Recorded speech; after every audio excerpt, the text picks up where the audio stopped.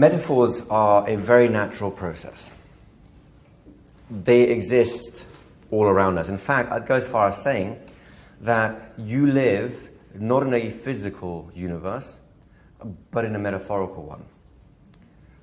Right now, you are hopefully all hearing me speak, and if you understand English, then you'll have a rough idea what I'm saying. If you don't, it doesn't matter anyways, right?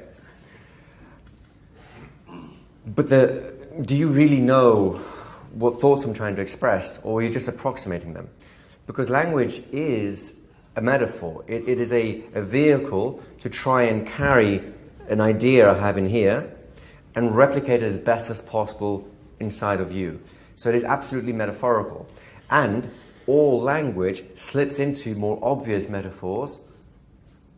Did I just do it there? Slips into? And often it's invisible. Did I do it again? And when you begin to recognize that within language, you'll recognize actually that you have more options than you ever will possibly be able to explore. And the only reason you haven't done it to this point is because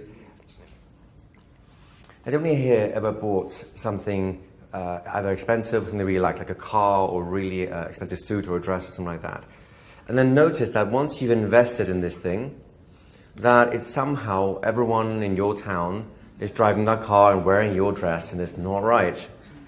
Have you ever noticed this?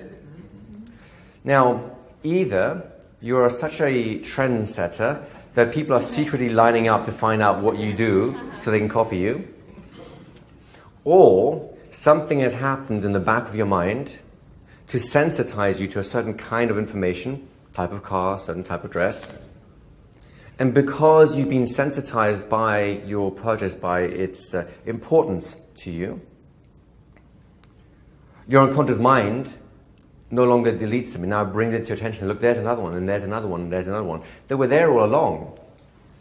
It's just you weren't capable of perceiving them. You had a form of cognitive blindness. Does this make sense to you guys? And the same is true of metaphors and stories. You are swimming in metaphors. You are surrounded by stories. Some are healing and some are destructive. And like a fish swimming through the ocean, you don't know you're there because no one's taken you out of the ocean long enough to get a sense of differentiation, of it not being there anymore. So one of the things we're going to be looking for here today, or over the next few days as well, is to do experiments to see if we can sensitize ourselves to this metaphorical ocean, so that we can know which metaphor we currently happen to be swimming through, and if it's too cold, we find another stream.